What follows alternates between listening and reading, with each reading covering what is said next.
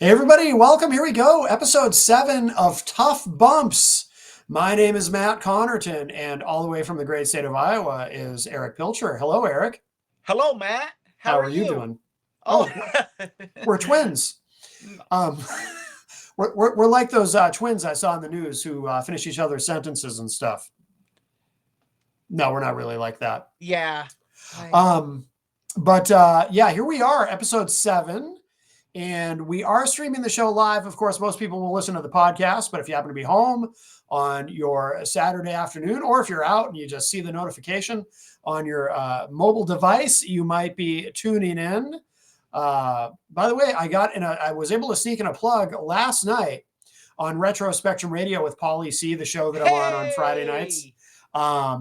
We never talk about wrestling on that show, but Paul likes to make fun of me for being a wrestling fan as a grown adult, as he likes to say. For shame, Polly C. Yes, for shame indeed.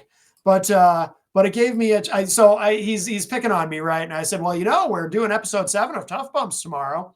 And then I explained what Tough Bumps is, and so I was able to sneak in a plug for the show on We Retro should Spectrum Radio. you should try to I just thought of this. We could do some cross promotional stuff here. Yeah. You could get Polly C to play Be a Man next week on Yeah. Retro Spectrum Radio. I don't think he'll ever do that, but I think I did play it on Matt Connarton Unleashed once, though. I'm not sure. I don't remember why. I think we gotta try. Be a Man by the great Macho Man Randy Savage. His short-lived hip-hop career.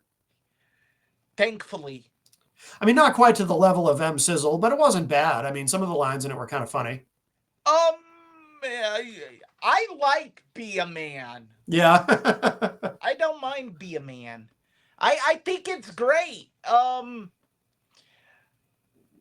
It's got a great hook. Yeah. Nice beat. Where they lose me is right at the beginning when Macho Man does the guttural huh. Yeah. It's like, oh boy. Yeah. Well, as we, of course, our main event this week is Macho Man Randy Savage versus Hulk Hogan. As we explore that great rivalry, part 1 anyway, because that definitely deserves a two-parter, as you brought up off air. And we also have a couple of other subjects in the undercard. But you also had a statement that you wanted to read. Yeah. Correct? Matt, there's someone that's really been bothering me. Uh-huh. We like to have fun here on Tough Bumps. Mm-hmm. A couple episodes ago, or one episode ago, we touched on fake Sammy Hagar. Yes. And the person we accused, I believe it is him, got very upset at this. Very upset, yes. And used this as a way to attack you, attack a mutual friend of ours, Billy Painter, Mm-hmm. myself, Patrick Milton of the Onions, or you can add context if you want to that. Nobody Likes Onions, yes, the podcast. Yeah. I'm still unfamiliar with Nobody Likes Onions. I don't care. Not my cup of tea. Whatever. Yeah. But I have a prepared statement, Matt, because I think there's a level of gutlessness and cowardice when you call someone's workplace. Yes. Or you call to try to do harm to them for no reason. No real good reason. So I'm just gonna start, and I know you might have some misgivings on this, but yeah, this part's all you. Yeah, this is all on me. I need to maintain a level of plausible deniability, but you go ahead. Yeah. So I do have a prepared statement. This is in regards to one Jose Martinez. And Jose, I refuse to call you by your self-given stage name because I only know 3 Crazy Joes. Crazy Joe Gallo, Crazy Joe Davola from the greatest sitcom ever, Seinfeld, and Crazy Joe Rabinowitz, who used to call into your show, Matt. Yes, I remember that now.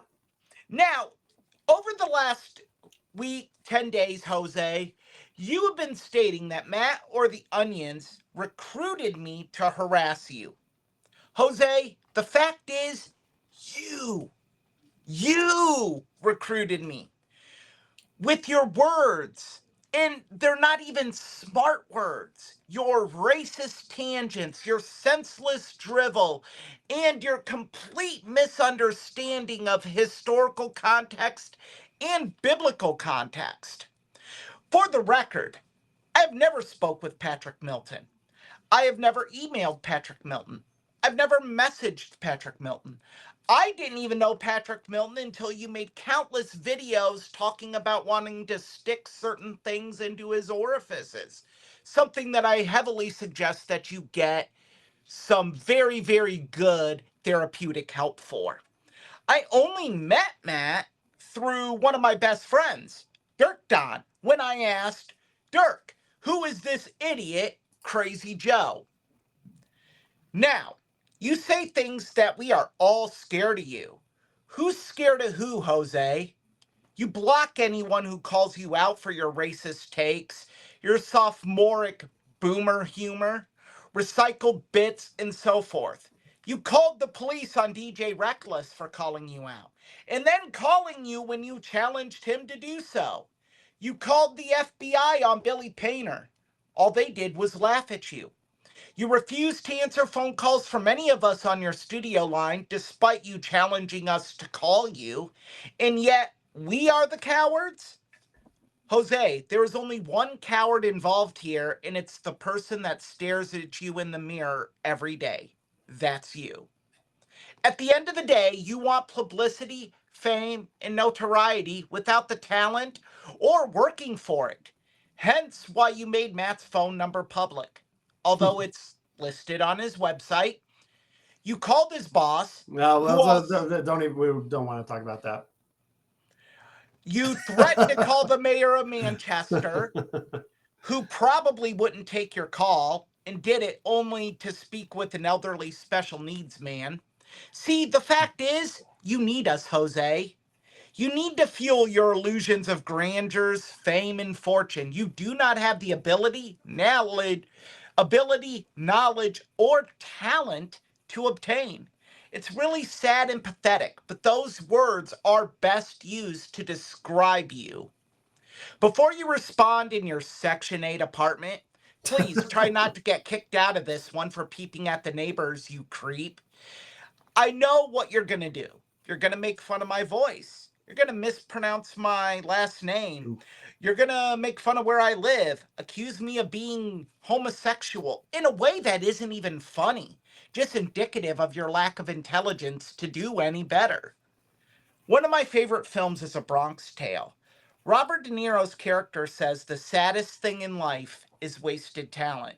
I always held that quote near and dear to my heart because I felt it was true. Until I met you, and I realized it wasn't. The saddest thing in life is wasting perceived talent and attacking those that have it in a blind and futile attempt to achieve it with as minimal work as you can possibly do. That is you in the most descript way I can say it. Now, on to the real show of shows, Tough Bumps with Matt Connarton and Erich Pilcher. Well done, sir. Well done. Thank you. By the way, I'm turning off my notifications on my computer. I apologize for, I don't know if you could hear that on your end, Eric. My computer go ding. I did not, but I was really just, gearing up to get all that off my chest. There was a lot more. I heavily edited it. Yes. Well, very good. Very good. By the way, so the reason I was turning off notifications is, so I have a new computer. Now, it's not a new computer, it's a refurb. But I'll share a quick, I don't know if you heard any of my show this morning, Eric, if you heard Matt Connarton Unleashed, but I was sleeping. So I had something interesting happen with this eBay purchase, and then we'll get to the show. Just a quick anecdote. So I bought a new computer. Well, again, it's not new; it's a refurb. To You save some glitched. money. What's that? You kind of glitched there, but I'm back on track. Oh, okay, good. So I needed something with more processing power. The computer that I was using for this just wasn't quite making it. I want to be able to open multiple tabs without everything freezing up and my browser completely crashing and everything. So I bought this. I bought a computer with better processing power, and the computer came, and everything's great except for, and I'm on that computer right now. The keyboard that came with it. So with this keyboard, I cannot type a capital T using the shift key. The only way I can type a capital T is if I turn the caps lock on and type T rather. Sorry, not key. T. That's how I do caps lock. Yeah, but I mean, I can't hold down the shift and type a capital T is what I'm saying. I can only do it using the caps lock. Any other letter on the keyboard, I hold down shift and I press the key and it makes it capital, but it doesn't work with the letter T. So there's something wrong with this keyboard. So I messaged the seller, and I just want to share this with you. You might find this amusing. I messaged the seller and I said this. I said, computer works okay so far, but there is a weird glitch with the keyboard that came with it. I am unable to type a capital T using the shift keys. The only way to do it is by turning the caps lock on. So far, the T is the only key that is an issue, but I just started using it. So this is the response that I got from the seller. You ready for this? Okay. We apologize for the inconvenience caused. Please be informed that the caps lock key is used to make capital letters. The shift key is more other tasks and is not used to capitalize letters. Let us know if you require further assistance. So I was pretty mad when I read that because it's like, what's the expression? Don't piss on me and tell me it's raining. So this is what I wrote back. I wrote wrong in all caps. Anyone who has ever typed anything knows that you hold down the shift key when you want to capitalize something. This keyboard does that also, except when trying to type a capital T. Don't try to BS me like I'm an idiot. And then the response I got back was, please be informed that we can replace the keyboard for you. And they're sending me another keyboard. But I was just the gall to try to just tell me, oh no, you don't use the shift key for that. It's like, they might have thought you were Martha Connarton, like an elderly woman. Right. Right. They're like, let's just, I mean, one, that's just so, I don't know if it's passive aggressive. Yeah, I don't know. It might have been AI. Brian Mackey. What else I'm thinking. Brian Mackey joins us, by the way, in the chat. Hi, Brian. He says, same with both shift keys. Hey, Brian. Yes, it is the same with both shift keys. Could it be a soft keys issue? Like, when they did when they wiped the hard drive and reinstalled, could they have done something with the soft keys or the shortcuts? I don't know. Did you check that? No, didn't even occur to me.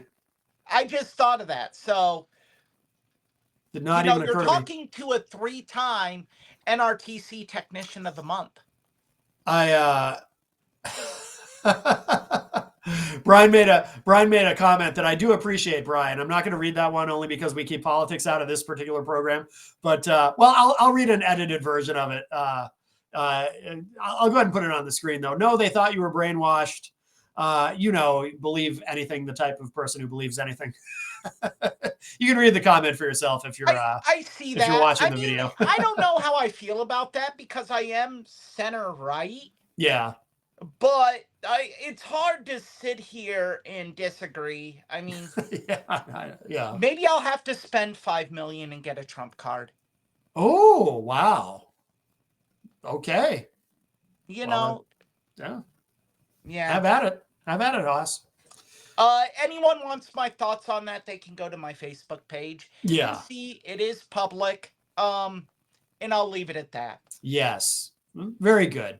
Very good. Well, should we? What you were saying though, I should probably check that, right? Because if the theory that you mentioned, if that is in Okay, fact, I do want to throw this at you, Matt. yeah, Sofkeys is a pain to access. okay. Like it takes time. What do you mean? Like, oh, I thought you were saying you were going to do it now, and I'm like, you could be at that for 45 minutes. Oh no, I don't mean now. But I'm just thinking I should check that because if your theory is correct and it is that, then getting another keyboard isn't going to solve the problem. No, it's not. Okay. No. And it more than likely isn't. I just know Oh, you that don't think it's likely? it's highly unlikely, but definitely worth a look. Sometimes Windows can be hokey. Because let me ask you this. So I can type it. It's not that, just to clarify, it's not that the T key doesn't work. I just can't do Shift T. Yeah, it sounds like there might be something going on with your keyboard mapping. Okay. Because that's just so narrow in its scope. Yeah, it's the only key that it's a problem with. Every other key, it's fine. Yeah. You should just go and Best Buy has an exclusive Mecha Godzilla keyboard celebrating Mecha Godzilla's 50th anniversary. It's a mechanical keyboard. I believe it's $149.99. You should go check that out. I would rather just go to Walmart and get a $15 keyboard, to be honest with you.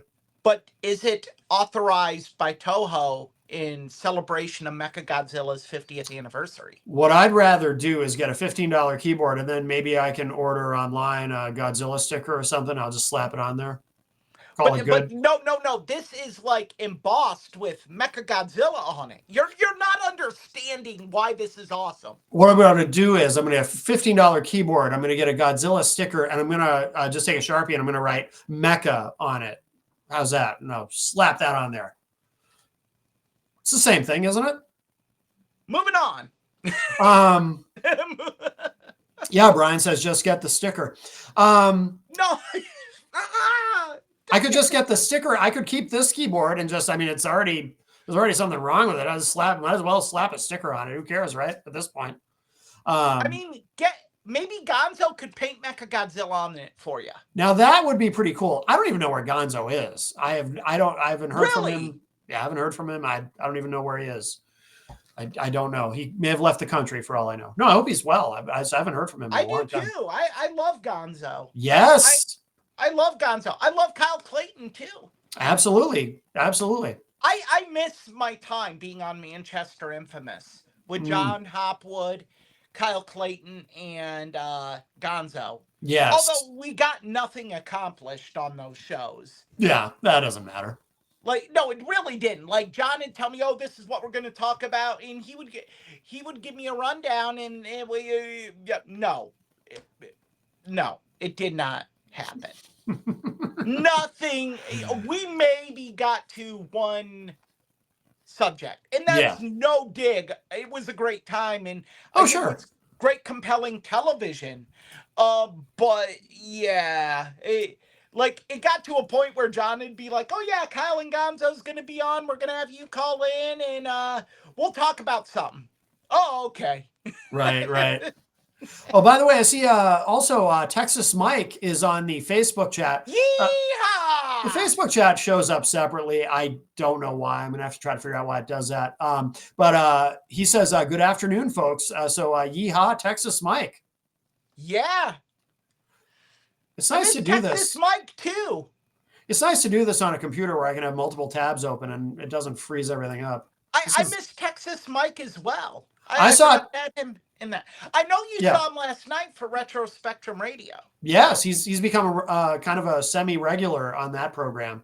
Hey, that's awesome. Yes. You know, there are times I wanted to ask Paul AC, like, if they could have me as a calling guest, but you guys are just so knowledgeable about music. Yeah. And I would be so out of place. I know music, but what I know is like very niche, and what you guys know is head and shoulders above me. I would be like a fifth grader taking an AP English course. Well, the format of that show too wouldn't really lend itself to that. Yeah. Yeah. No, I think I love the times I listen to Retro Spectrum Radio. It's a great program, and Paulie C does such an amazing job with such a great selection of music. Yes. Oh, absolutely, absolutely. So I yeah, love. kudos to Paulie C. Yeah, I love my Friday nights I with know you Policy do. and everybody. It's a great time. Yeah, absolutely, absolutely. Well, should we get to the undercard? The news Yeah. So or what should we what do the you want to truth go? line is what we should call it. Because last week we were going to talk about Ron the Truth Killings, his contract not being renewed. And Yeah. then there were issues, and then we were going to do it Thursday night, and I was out in the sun for way too long on Thursday. And I was not feeling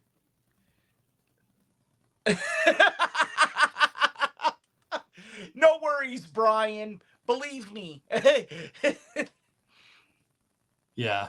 That's um tomorrow. That's the other show, Brian. That's tomorrow. this is just pro wrestling, Brian. This Yeah. isn't. Yeah. But so truth returned. Mm-hmm. Mm-hmm. I guess. So for anyone who doesn't know, I mean, most people who watch or listen to a program like this, I'm sure are aware. But so R-Truth, he had posted online on Twitter that a statement that his contract was not being renewed and that he was done, and he thanked everyone and he was very gracious and whatnot. And then there were a lot of stories about and conjecture about what actually happened, and people were very angry, and the fans were very angry about of all the people to let go, R-Truth, and they were chanting at various events, and you could hear the chants on television and at Money in the Bank. You could hear them chanting, "We want truth, we want truth," and there was a lot of outrage, not only among fans but people backstage at WWE were very upset. Everyone wanted R-Truth back post haste Yes. because everyone loves R-Truth, and not only do the fans love him, but it seems like everybody in WWE loves him. And then we got a big surprise at the end of Money in the Bank. R-Truth appeared, and Jenny and I, we were very surprised, and it's always fun to be surprised. And I remember Jenny said to me, "Oh, they got us," because she thought they had worked us the entire time, and that R-Truth was never really gone. But it would seem that, and I wasn't sure. But it seems like now we know that, in fact, R-Truth was gone. His contract was not being renewed, and the outcry from the fans actually did sway them and into bringing R-Truth back, and he made that surprise return at the end of Money in the Bank. So it was very, very cool. Yeah, and also of note, I don't know if you saw this online. TNA Wrestling had a contract ready for him. Yes. It was printed up and everything. They had an offer. Yeah. Oh yeah, of course. Probably where he achieved his greatest singles wrestling success. Oh, no doubt. Was TNA, NWA TNA.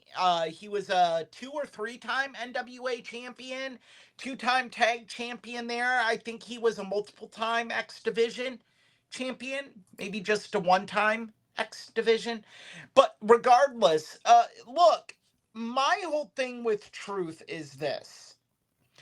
Now he's Ron Killings. He's going to be more serious. I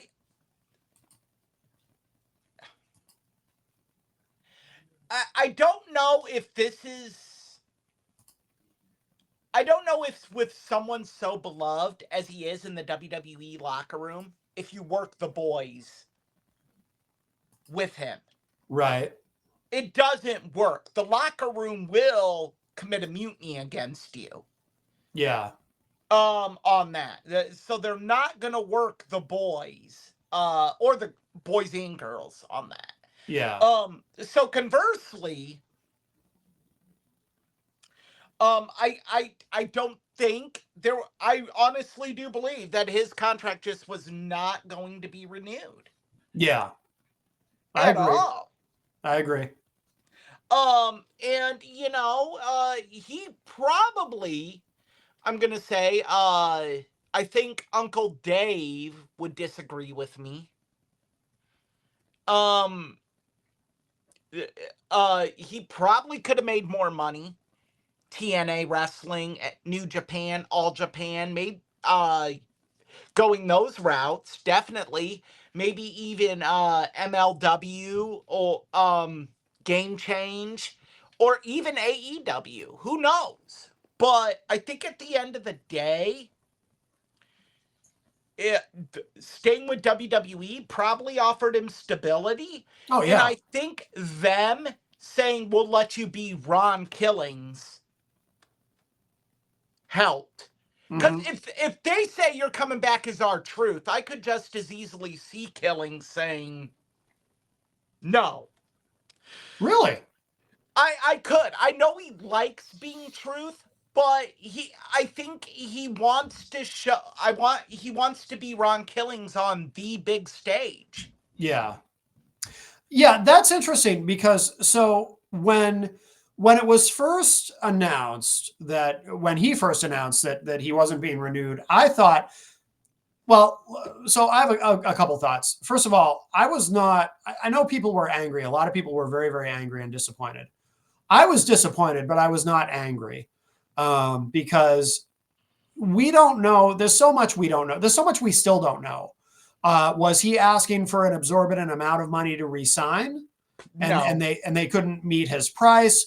Were they looking at it as, okay, yes, everyone loves our truth, but maybe we need to transition him to a Legends deal in the future because we don't use him every week, and he's 53 years old, and granted he's like the youngest looking and youngest seeming in terms of his athletic ability 53-year-old in the history of the world, maybe, but barring Ric Flair, who actually was still at 53 going too. But how much gas does he really have in the tank? Do we really want to re-sign him to another long-term deal? Terry Funk as well. Terry Funk, yeah, absolutely. But so there's a lot we just don't know about what went on behind the scenes and what went into that decision. I don't think we ever will. I think it's best kept. Yeah, maybe under wraps like that. I mean, I'm super curious, but I think it adds to the mystery of Ron Killings. Well, yeah. It really, I think, benefits this match he has next week with John Cena. Yes. Because now you can position this as, okay, truth almost beat him. Yeah. But what does Ron Killings do? And yes, people are like they're the same person. Fine, but they're not.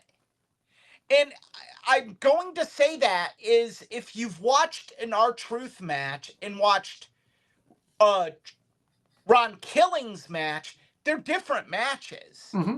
Yeah. Ron Killings had great matches with Raven, Jeff Jarrett, Rhino, AJ Styles in TNA Wrestling. We haven't seen those in WWE. So this is going to be a refreshing change. Well, and they had to do that. And again, this, I'm sure people are tired of hearing me glazing Triple H all the time, but I think Triple H at the helm of creative has done such a fantastic job overall. And I think that if Vince were still in charge, I think there's an excellent chance that, well, first of all, if Vince were still in charge, Vince never would have gotten rid of R-Truth to begin with, probably because you always hear these stories like Vince always said R-Truth has a job there for life because he made Vince laugh, and Vince is all about what he likes and what amuses him. So he would have kept R-Truth around forever. However, having said all that, same situation, but with Vince in charge, Vince would have just brought him back as R-Truth. But Triple H, to his credit, and again, to his creativity, I think he recognized, yeah, okay, let's do this and we'll shock everybody, but we got to put some sort of spin on it. We can't just bring him back as R-Truth and just have him doing the same goofy shit and being the same comedy character. We need to make this interesting. We need to make this worth everybody's while. So we have to bring him back and do something really interesting. And I was very skeptical at first when the reporting was, after he initially came back, that he was going to be Ron Killings and not R-Truth. I was like, what are they doing? This is weird. But then after seeing his promo on Raw, it was like, okay, I get it. I'm on board. And the fans are on board too. And maybe we'll see. What I'd like to see is not him. I'm not saying he should turn heel. He should be a babyface. But I'd like to see You're him not be. going to turn him heel. No. You can't. That would be nuts.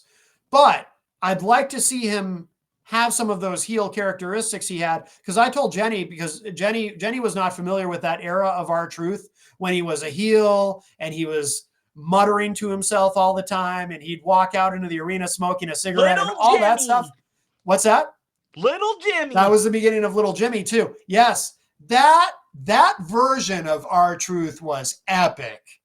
And I want to see that, a babyface version of that. But I want to see that Ron Killings. And I think that's what they're going to give us. It looks like that's where they're going because he's going to have to be that version of Ron Killings to have an actual chance against Cena. And I think that's what we're going to get. At least I'm hoping so.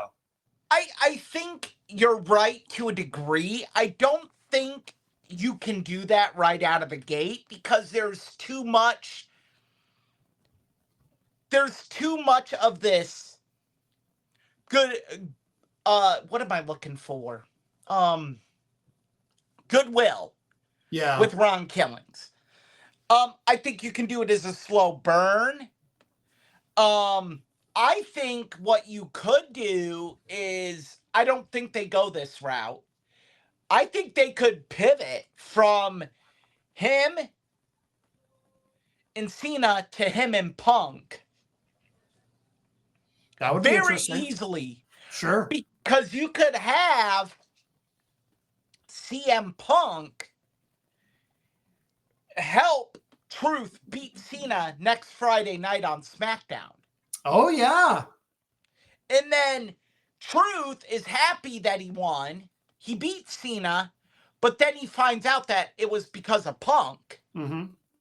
And then Truth goes to repay the favor at Night of Champions, but ends up costing Punk. But now you got a problem, though, because you don't want Truth to turn heel. Do you want Punk to turn heel? Actually, I guess it doesn't matter because... It wouldn't matter in that case. You're right. It doesn't matter anyway because we have baby faces. And it's perfect that we're able to talk about this because of what the main event is. Mm-hmm. Perception of the viewer. Mm-hmm.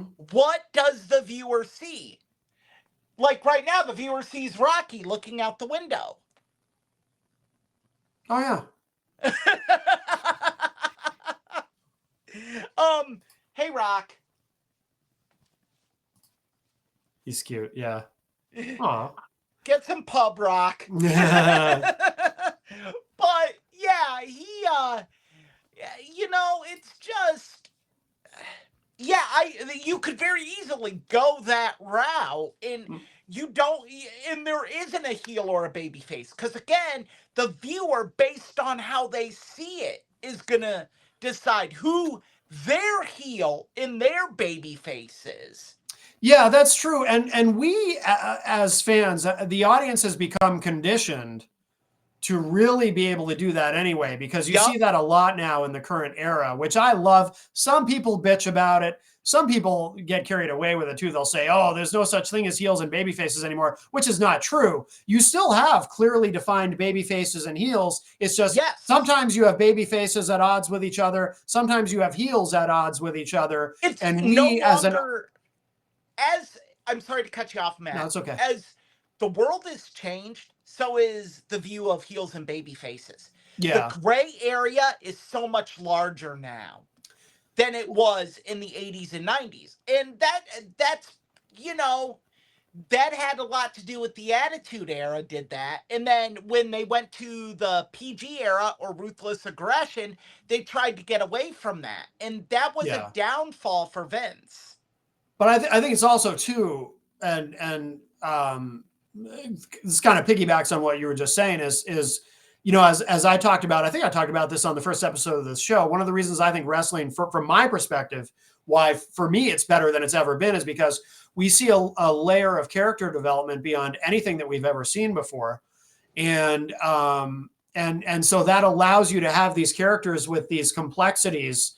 And so you can have, you know, you can have a heel who is actually right some of the time, and you kind of sympathize with them even though they do bad things. Or you can have a baby face who, you know, sometimes you go, he's a good guy and everything, but he is kind of an asshole. I don't know. You know what I mean? So I get it. Yes. So you have these complexities of these characters, these well-developed characters, which allows you to have more complex storylines and all of it. So I think that's a lot of it. And again, Triple H, I know I keep saying this, but you know, I think he's really, I don't think Vince could pull that off. At one time he could, at one time he did to a degree, but not like what we see now. No, Vince couldn't. I'm interested to see where this goes. Yeah. Brian Mackey is asking, I don't know how much of a fan, wrestling fan Brian is, or if he is at all, but he's asking heels and faces. Yeah, because so in wrestling, for anyone who doesn't know, baby faces are the good guys, the heroes, and heels are the villains, the bad guys. So Matt,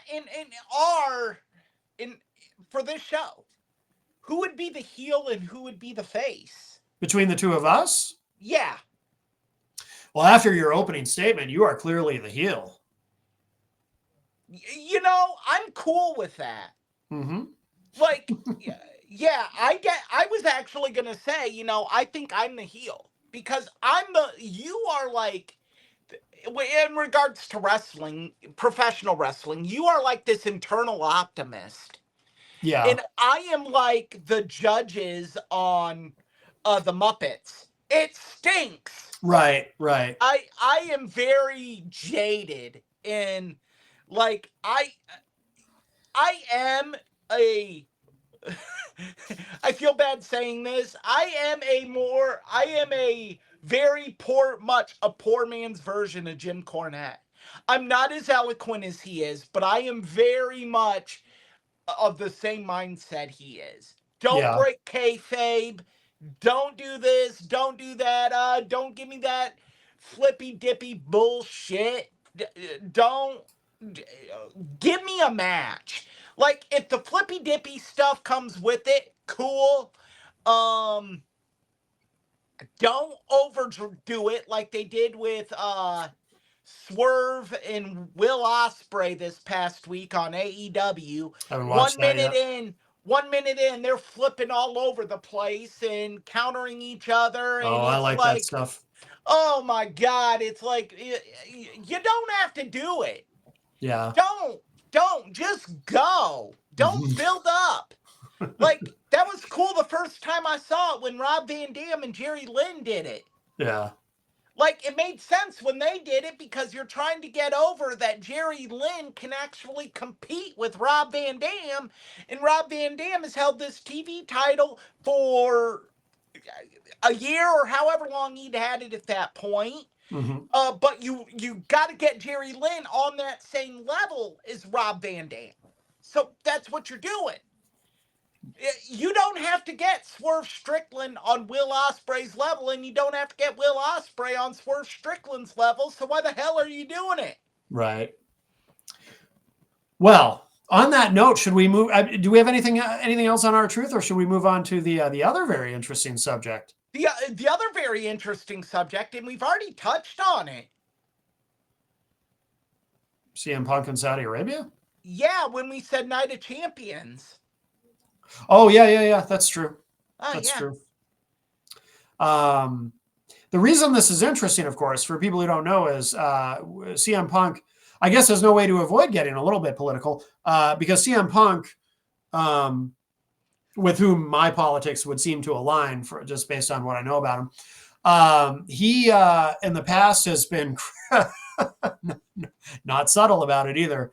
Critical when he was not in WWE. He was critical of WWE doing these shows in Saudi Arabia, which has been controversial for some people. And very, very, very, very directly critical of The Miz.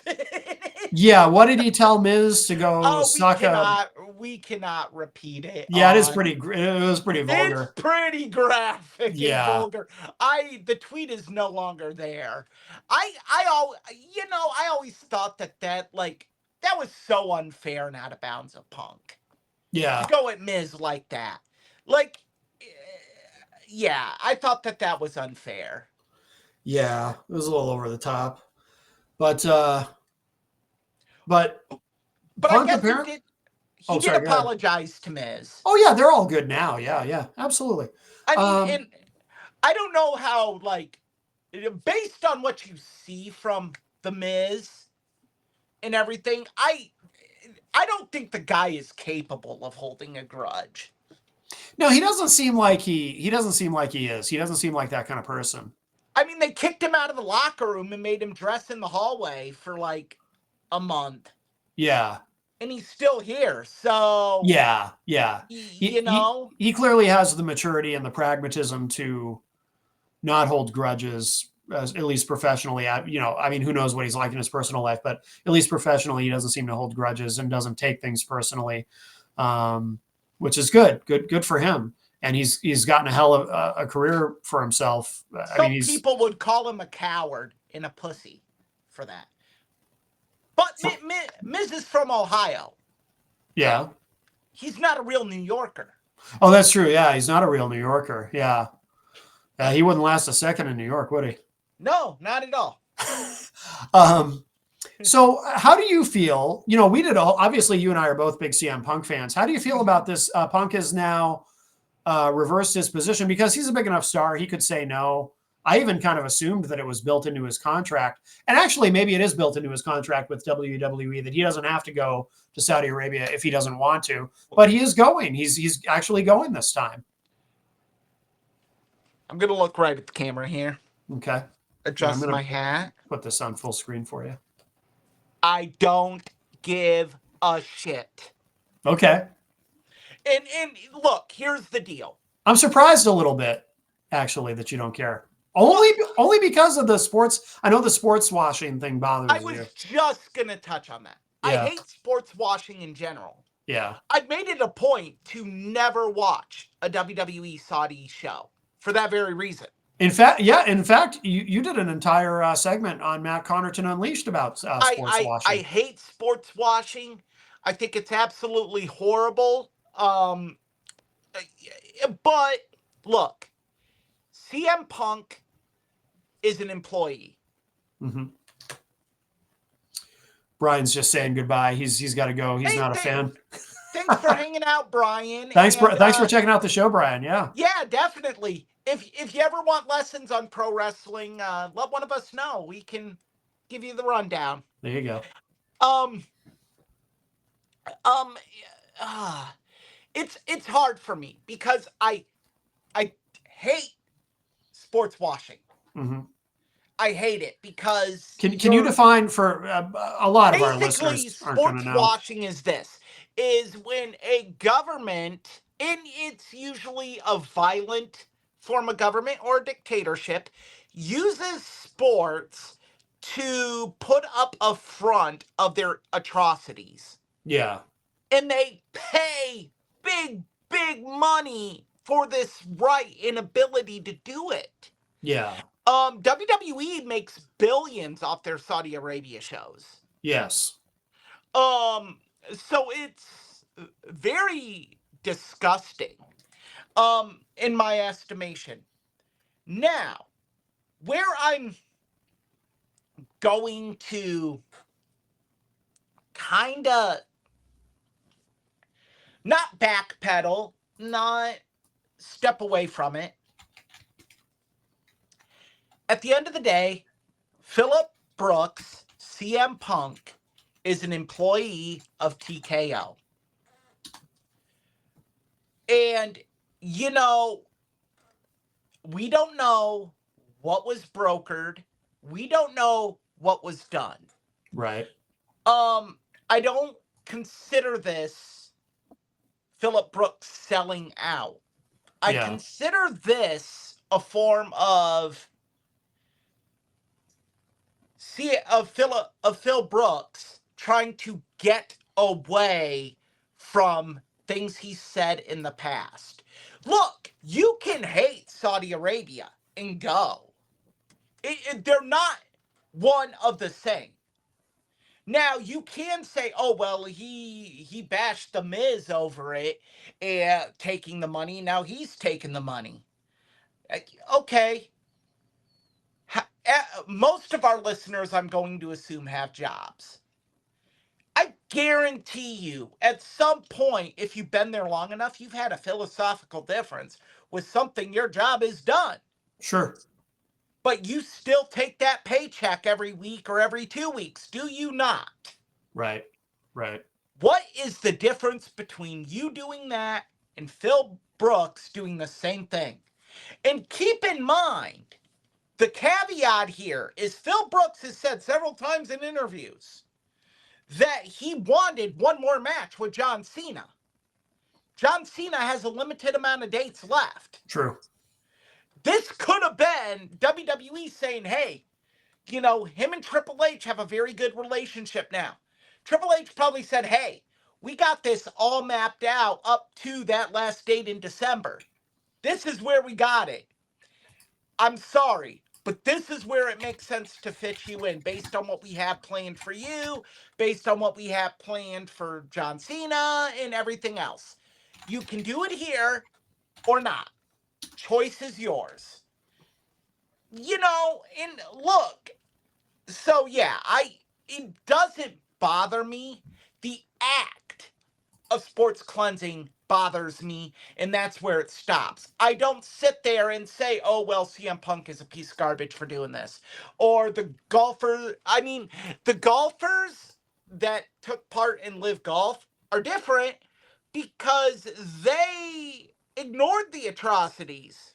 Mm-hmm. Some of them even said, I'm paraphrasing greatly here, oh, it's not as bad as people say. Until CM Punk does that, diminishes these evil acts, I don't have a problem with it. Right. No, I think that makes sense. I think that's a reasonable position that you've taken. And yeah, I mean, I fundamentally agree with what you're saying there.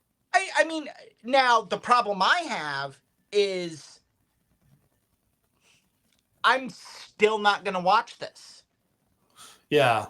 Because of my values and my morals. Now, that day, am I going to wear a CM Punk shirt? Yes, I am. Am I going to support CM Punk? Absolutely. Am I going to watch it? No, I'm not. Okay. Because that goes against what I believe. Yeah. But what Erich Pilcher believes and what Phil Brooks believes are two different things. Right.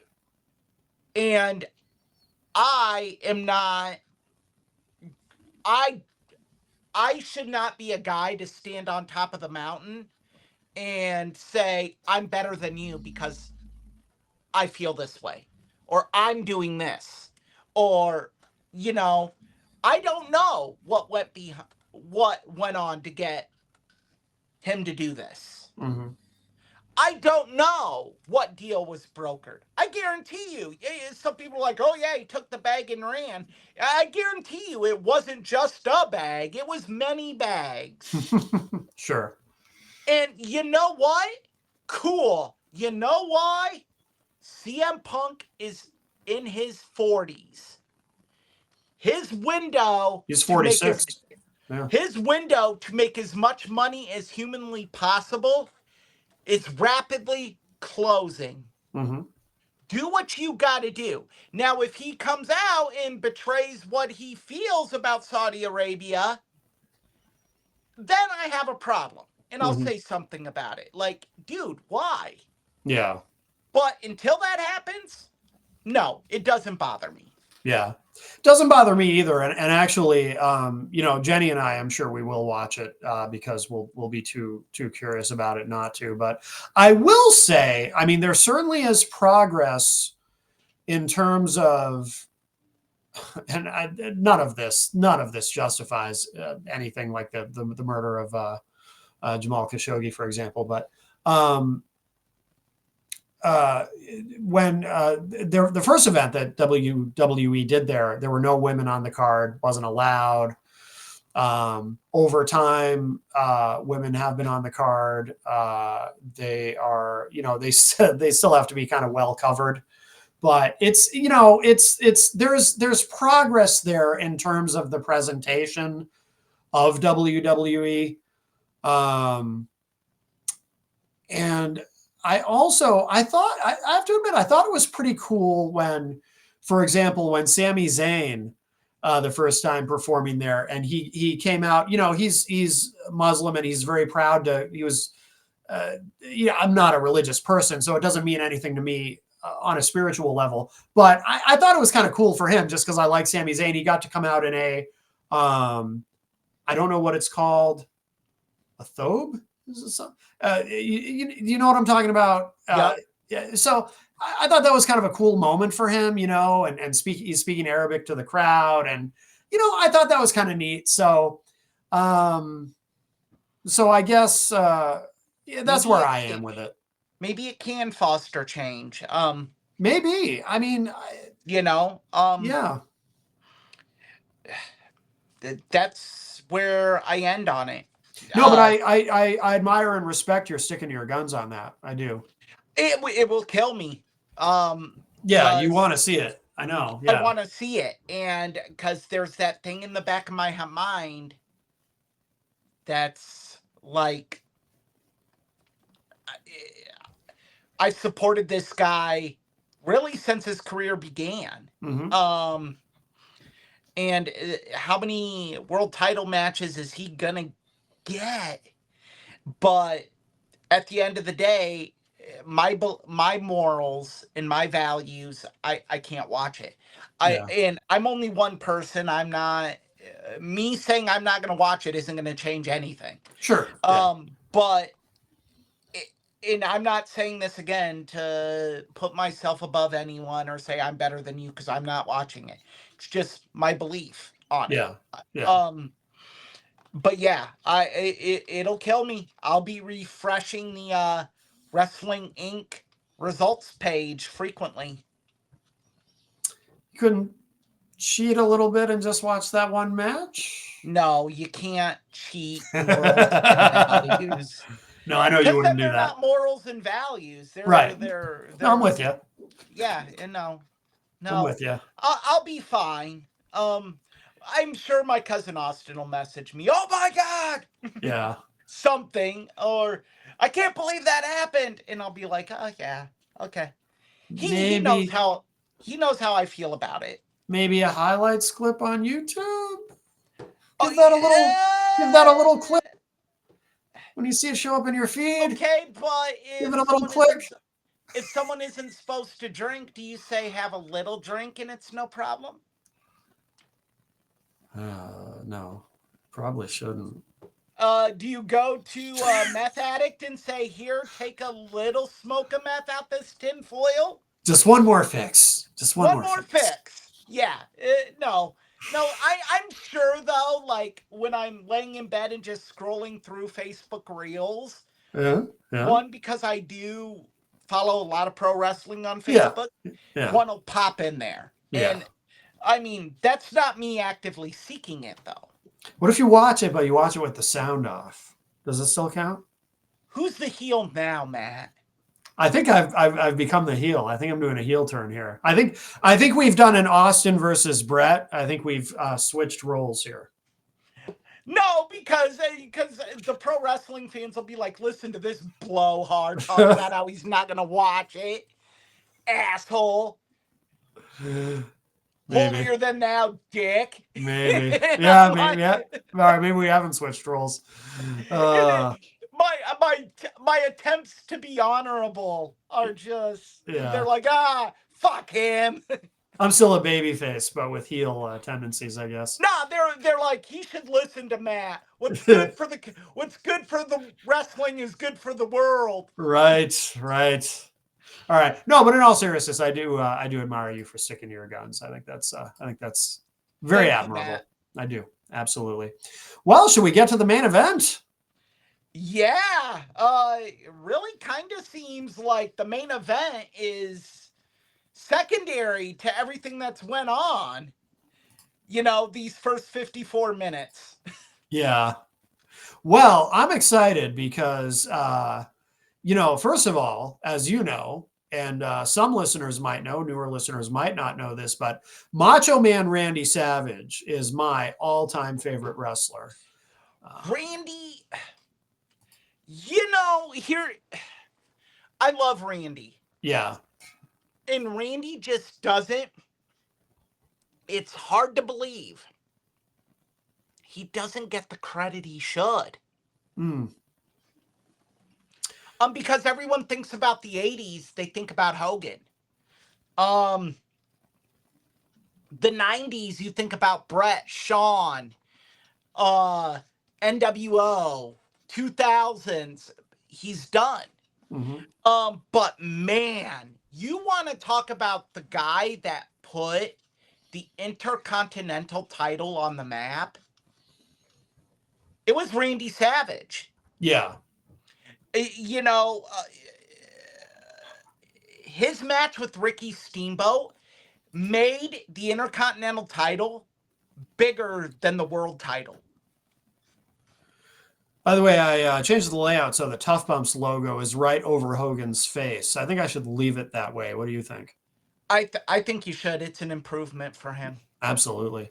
Yeah, Macho Man Randy Savage is my all-time favorite. Bret the Hitman Hart is a close number 2 for me. I know Bret's your favorite. But the feud of the Mega Powers Explode, Macho Man Randy Savage versus Hulk Hogan, that was the first storyline when I was growing up that I really got heavily invested in. Well, and they teased it. Mm-hmm. Even Yes. before WrestleMania 4. Mm-hmm. You can go to YouTube and watch old Macho Man Randy Savage promos when he's the Intercontinental Champion and he's just sitting there railing on Hulk Hogan. Yeah. Like, Hulk Hogan, you're running with that world title. Yeah, you're running from the Macho Man. And you're like, who is this guy? Yeah, yeah. But, I remember when WrestleMania 4 happened, you're like, Macho Man's a good guy, Hulk's a good guy, and I was 5 years old at the time, and as a 5-year-old, good guys are always good guys, bad guys are always bad guys. There's no turn, there's no nothing. Right. And it's like, oh, Hulk isn't going to get the title back anytime soon. They're going to have someone's going to have to beat Macho Man, then Hulk's going to have to get revenge. Right. And then you don't think about, like, I didn't know wrestling was fake then. So I thought legitimately someone's going to have to beat up Macho Man so Hogan can get the belt back. Yeah. And we saw so many great things building up to this. I mean, we saw something very risque in SummerSlam when Liz lifted up her skirt to distract. I think it was Ted DiBiase in a tag team match. Yeah, because it was the Mega Powers, Hulk Hogan and Randy Savage. Versus the Mega Bucks. Versus the Mega Bucks, yes. Ted DiBiase and Andre the Giant. Yup, and you had that moment, and you're not very risque though, because the backstory, if I'm not mistaken, I think Bruce Pritchard says what Elizabeth was wearing was supposed to be something much more revealing, but Macho Man wouldn't allow it. Macho Man, because they were married in real life. No matter what, yes, but no matter what, that moment stands out to me because I remember watching the videotape of it. Yeah. And my mom going, she's just wearing a swimsuit. Yeah. Yeah. And Yeah. Poorly executed, in my opinion, because she's just wearing a swimsuit, and DiBiase and Andre are like stunned because they can't believe, like, oh my God, like, I mean, one, it shows the professionalism of those two. But I'm going to say this, the oh, special guest referee for that match was oh, Jesse the Body Ventura. my hero. And Yes. he He was my looked, hero then, and he's my hero today. I love Jesse Ventura. so Jesse looks very disappointed at the show he got. If you briefly look at his face, he's just like so dismayed that this isn't like a Victoria's Secret fashion show. Yeah. And then then he realizes he's a ref. And he Yeah. has to go back into the ref form, and it's just really clunky and horrible, but not his worst special guest ref spot at a SummerSlam ever. Oh, that's true, because he reffed, what was it? Triple H versus SummerSlam 2000. Triple H, Stone Cold Steve Austin, Undertaker, and Mankind for the WWF Championship. I liked him in that one for no other reason than I love that moment when he throws Shane McMahon tries to interfere, and he throws Shane over the top rope and says, "That's for your father, you little bastard." I love that moment. It was a very Jesse Ventura moment. The governor, he was the governor at that point. You want to know why I remember that pay-per-view so well? Why? Because Mankind won that match. Mm-hmm. The next night they were in Ames, Iowa. Oh. Triple H beat Mankind for his first WWF championship at Iowa State University. Yep. And I was there live. Oh, that's cool. Okay, I didn't know that. Oh, that's awesome. Very, yeah, very cool. I remember like the pay-per-views running long, and I'm like, I was involved with the football team at the time, and I'm like, I gotta get up at like 4:30 in the morning because we had 2-a-day practices. Yeah. And me and a bunch of buddies, I was skipping afternoon practice. I was gonna fake sick during the morning practice. Yeah. And we were gonna go to Ames. Oh, okay. Yeah. Yeah. So. Oh, that's cool. But yeah. So SummerSlam, that was the first SummerSlam, the Mega Powers versus the Mega Bucks. Yep. But yeah, you alluded to it earlier. There was such a slow build. Them coming together and forming the Mega Powers. The handshake. The handshake. Yes. The handshake. Yes. I'd show it, but I'll get a copyright block on YouTube.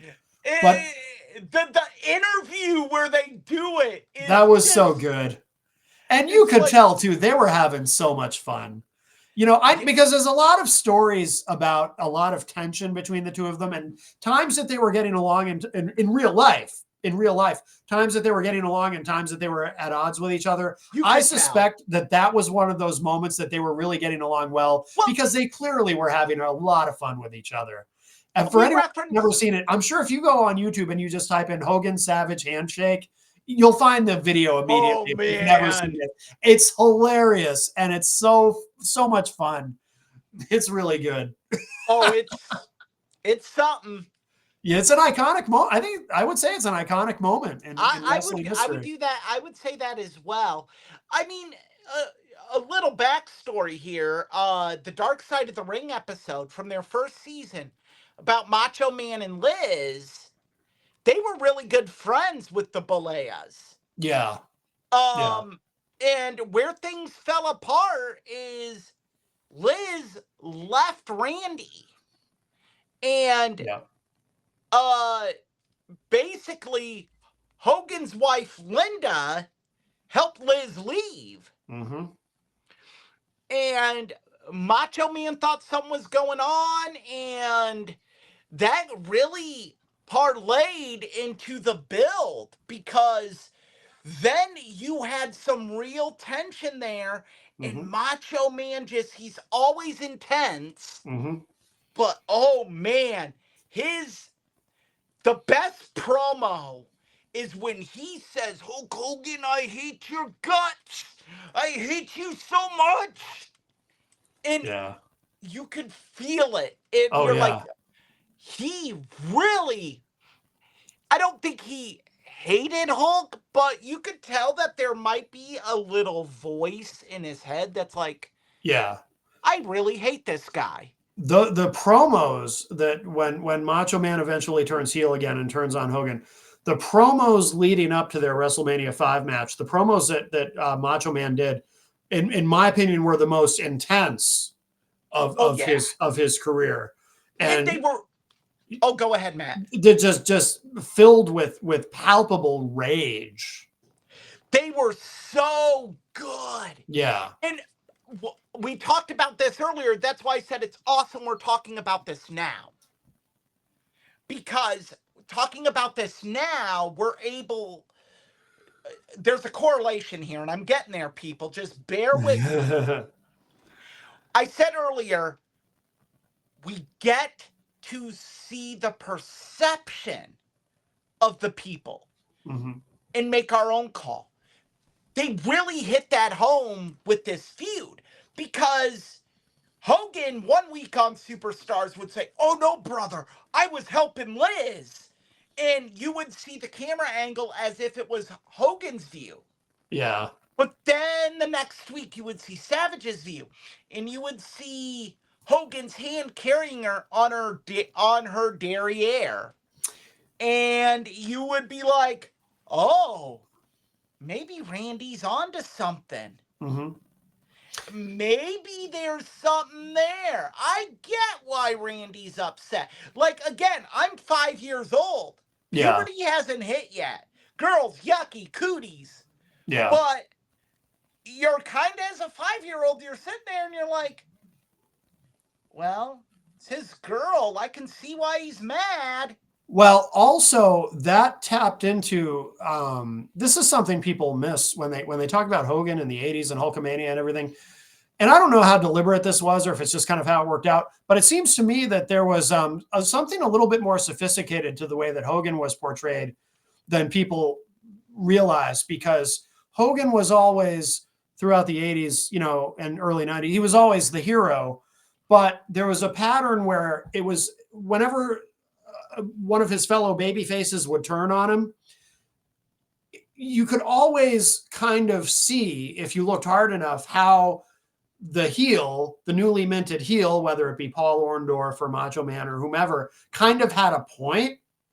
And so there was a certain complexity there. That really was the way they did a lot of those storylines with Hogan throughout the 80s. It was like the heel always, it was never just the heel turns on Hogan because, oh, now the heel is suddenly evil. The heel turns on Hogan, but the heel does kind of have their reasons. And you can kind of see how they kind of have a point. And Macho Man is to me like the ultimate example of that, of how they use that formula. And I do agree with you. You're 100% right. I want to add to that a little bit. It works so well because of Randy. Oh, yeah. Like, one, it works well because of how intense Randy is. And we're going to say that a lot over the next 2 weeks. Yeah. But you also have this, like Orndorff. No one liked Orndorff. Even when he was with Hogan, no one liked him. Yeah, he wasn't an effective babyface. I mean, everyone loved Andre, but when Andre did it, I mean, Andre was starting to fall off, and fall off big time, and people noticed. Oh yeah. I think the problem they ran into when they did it with Randy is that Randy still had a fan base. Randy Savage probably became the beginning of the end of Hulkamania from a fan standpoint. Because you had Hulk, and I think the WWE bookers and Vince thought, oh, yeah, they're just going to boo Randy. Mm-hmm. They didn't. You watch the WrestleMania 5 pay-per-view. Mm-hmm. I think, yes, Hogan merchandise beats Savage 2-1. Yeah. But when they did it with everyone else in the past, there wasn't even a 1 there. Mm-hmm. You had kids still with the Randy Savage glasses on. Oh, yeah. The wristband you have in there. They had those on. The Macho Man shirts. Yeah. I mean, people still liked Randy. And, Yeah. I mean, yeah. And I remember when the turn was official. Mm-hmm. Saturday night's main event. Yeah. And Randy leaves Hogan. Where it turned for me is I was fully on Randy's side. Me too. I mean, but I was with him no matter what, babyface or heel. It didn't matter to me. No, I was a 5-year-old kid. Yeah. When this happened. Yeah. Like, I was on board with Randy. Like, yeah. No, you left him to get his ass handed to him. Yeah. Like, I didn't say that as a 5-year-old, but that's what's going through my head. You left him to get beat up by Big Boss Man and Akeem, the African Dream, who's white. Yeah. And that backstage segment, by the way. So I remember recording that on VHS. That backstage segment, the confrontation on that show that takes place between Hogan and Savage. Hogan almost had one of the greatest F-ups. Oh, I know. Ever. Yeah, Beefcake runs in too early. Yeah. No, on that backstage, if you really watch it, and I've watched it so many times. Me too. If you really watch it, when he approaches Shawn Michaels, he goes to shove Shawn, and he stops. He goes like this, and then goes, all right, and pats his chest. And then he walks over and sees Brett and just shoves Brett. Wait, okay. I don't even remember that part. I'm just thinking specifically of when he's walking backstage to find Macho Man after Macho Man turned on him. Oh, okay. And he's asking various wrestlers, where is he? Where is he, brother? He goes up to Shawn. Where is he? Shawn's a member of the Rockers. I'm thinking of when Hogan is with Elizabeth. Oh yeah, I know which part you're talking about. Hogan carries Elizabeth back, and she's on the stretcher, and he's tending to her, and he's acting like she's on her deathbed or something. Yep. But and then Macho Man comes in to confront Hogan, and the exchange that happens between them, to me, that moment. I watched, like I said, I recorded it on VHS and I watched it over and over, and I can pull that up on YouTube and still enjoy it today.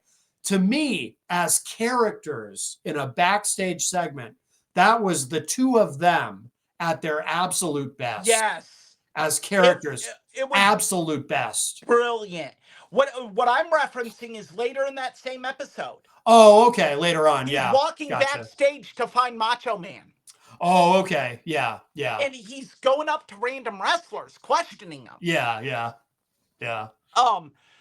At that point in time, Brett, the Hart Foundation, they were getting turned, but it was a slow burn. Yeah, I remember. Yeah. They weren't fully turned yet. Yeah.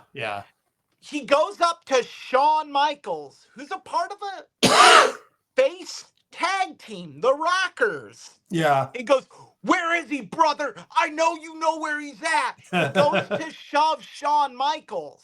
Yeah. Which would have blown it out of the water because everyone would have been like, well, Shawn's a good guy. Why is Hogan shoving him?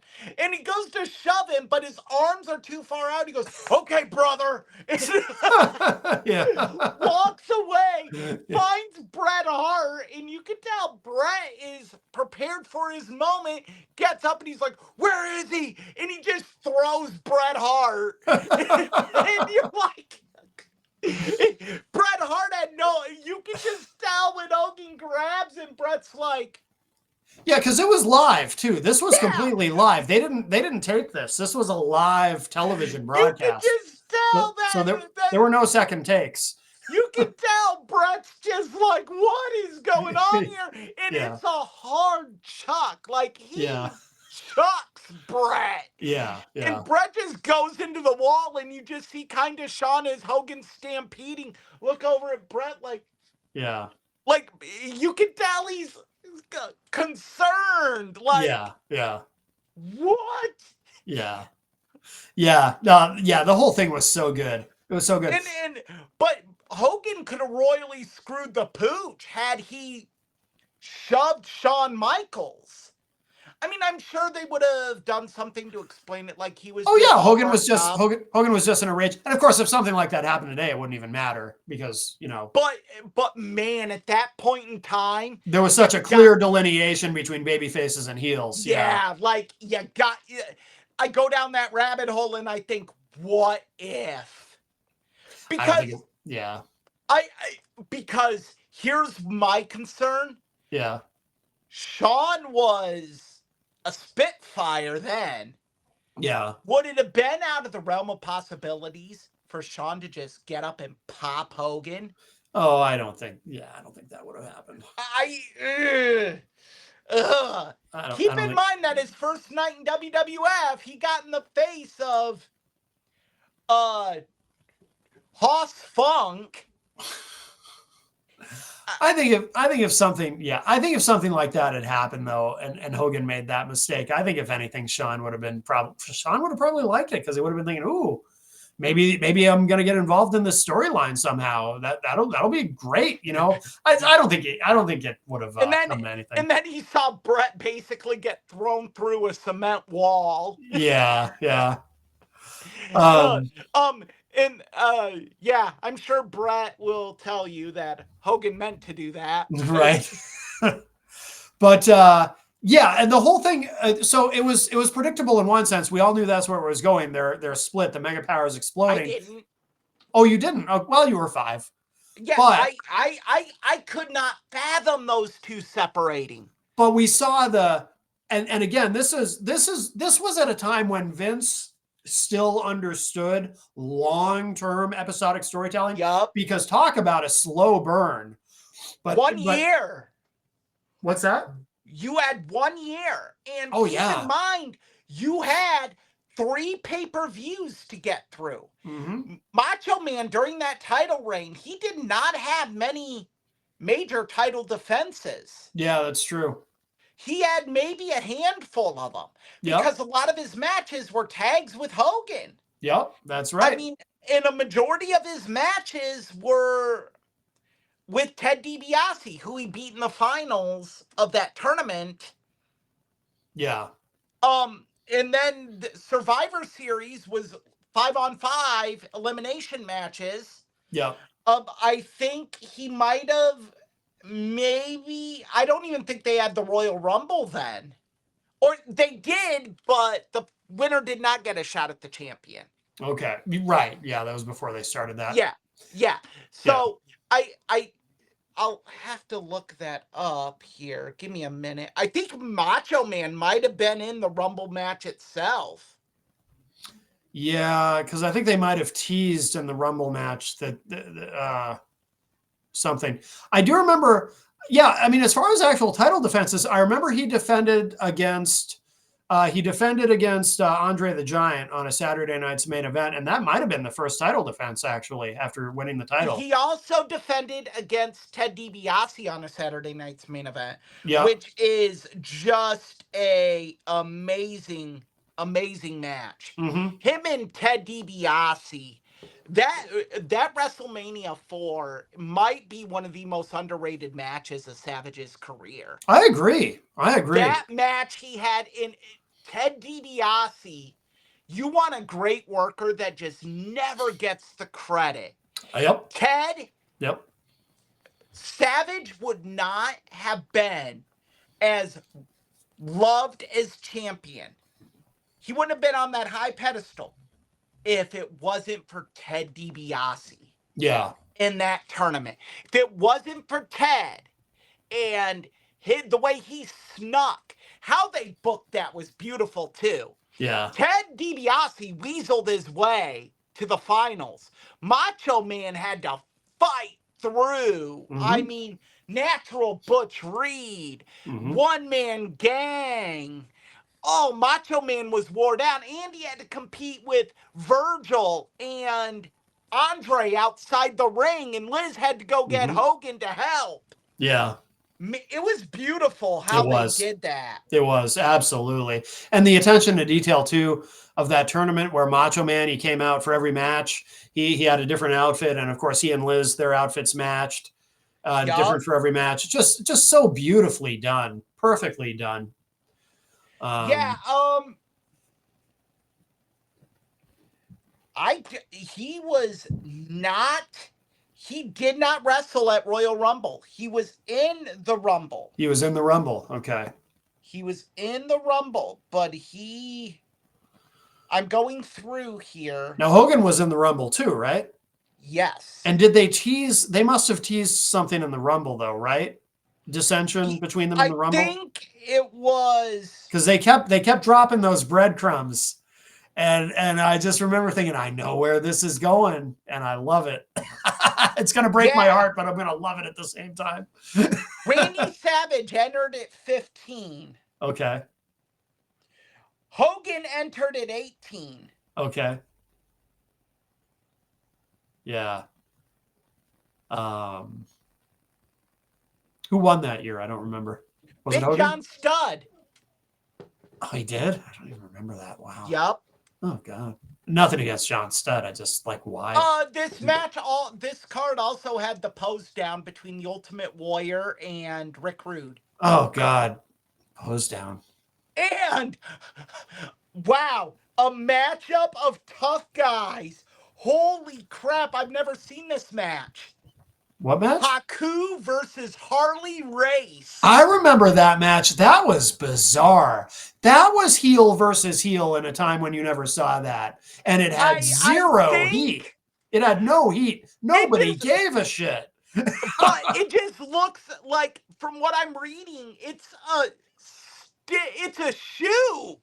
Oh, they just yeah. went out and beat the shit out of each other. I remember watching it because I remember after the Royal Rumble happened, I remember renting it on VHS and watching it. And yeah, it was like, and the crowd was dead. Nobody cared about that angle, because the angle was Haku had won the King of the Ring. So he was King Haku. It was part of the Heenan family, and they did the whole coronation. And then Harley Race comes back, and because in WWF at the time he was King Harley Race, so he comes back and says, "I'm the real king." So they have this king versus king match, and nobody gave a shit.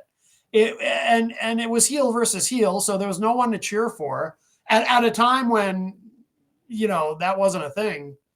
It was so bad. I don't know what they were thinking.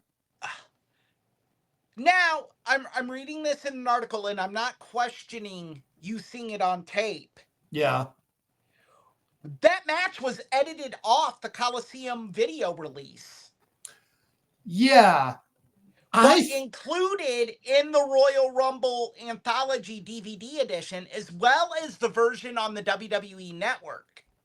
Now, I could be having my own personal Mandela effect. I might have just seen something. You know what? I might have seen it on YouTube or something. Yeah. Oh, yeah. And again, I think I saw it back then. I wasn't being like, Matt, you liar. Oh, I know. Yeah. I just saw that, and I'm like, how bad was it that they're like, nah. Oh, you know what, though? You know what's also very possible? I might have someone recorded it on pay-per-view. Yeah, because I remember at the time, in fact, I remember at the time having a friend who would get all the pay-per-views and he would record them. And if it was something I wanted to see, he would loan me the tape. So I actually may have seen it back then. That's how I saw a lot of the pay-per-views. Yeah. Someone would record it, someone at school, they'd bring you the tape, you take it home, watch it, and take it back to them the next day. But you want to know how I saw WrestleMania 5? Something that Closed circuit TV? Closed circuit TV, that's right. Some friends and I, we went to, so in Concord, New Hampshire, they have the Capitol Center for the Arts, but back then it was called the Capitol Theater. And yeah, they would do closed circuit events there on the big screen. They would show movies or they would do closed circuit events, and we went and watched WrestleMania 5 on closed circuit, and it was pretty cool. WrestleMania 5 was the first pay-per-view my mom and aunt let me get. Oh, no kidding. Yeah. Yep. Oh, yeah. Wow. I remember sitting there and I was so excited. I had all my LJN figures in the living room with me. Yeah. And so if I had the two wrestlers, I would have the match while the match was going on. Yeah. And watching. Like, it was really bizarre. And yeah, I just remember, like, I put the wrestlers down when Hogan and Savage started. Yeah. No because I remember my aunt, I love my Aunt Cindy. She goes, Hogan's gonna win. Yeah. And I'm like, no, Randy's really mad, Aunt Cindy. Oh, that's funny. Like, yeah. I got up on the couch and did the Randy. Yeah. Bad thing to do with the bad shoulder. Yeah. Did the Randy and then did the flying elbow drop onto My Pet Monster. Yeah. Another 80s toy for all of you people out there. Yeah. And then he did it again. And I'm like, he's got him. I go up there and I do it. And I do it again. Yeah. And then he did it a third time. And I'm like, there's no way. And then he hulks up and Yeah. my aunt goes, I told you. Yeah. I remember wanting so much for Macho Man to win, but I knew, I knew they were gonna put Hogan over. But then I did have a moment though of hope, like, oh, maybe they're gonna do something interesting when Macho Man hits that first flying elbow, because nobody ever kicked out of the flying elbow. That just was not a thing. Nobody kicks out. And then he goes and does it again and does it a third time. And I thought, are they actually is he gonna go over? What are they doing here? This is interesting. And but no, then Hogan hulks up and he still beats him. So that was disappointing. I mean, it was still great to watch though. And by the way, I would say Randy Savage gave Hulk Hogan one of his best, if not his best match. It was his best match. You think so? Yeah. Yeah. I think, referencing back to our Bret Hart series, Bret would have given Hogan his best match. Yes. Had they done it when they should have done it. Yes. But agreed. For matches done and just what went into it, I firmly believe that Randy Savage carried Hogan to a legit 5-star match. I wouldn't go quite. Well, I'd have to go back and rewatch it though. I haven't watched it in so long. I wouldn't call it 5 stars, but it was damn good for a Hogan match. 4. If you adjust for Hogan, maybe we'll apply a Hogan differential. Inflation. Yeah, we'll adjust for inflation. We'll call it IIB, inflation index, brother. Yes. Yeah, if you grade it on a curve, yes, perhaps, but yeah, graded on a curve, yeah. But yeah, it was for it was Hogan. Really good. For Hogan, it was a 7-star express. Yeah. But yeah, and then like right after that, Savage is now full heel. Yeah. He ditches Elizabeth. Goes with Sherry. Yep. And becomes the Macho King. Because he wins King of the Ring. Yep. And people still cheered for him. I know, yeah. That's why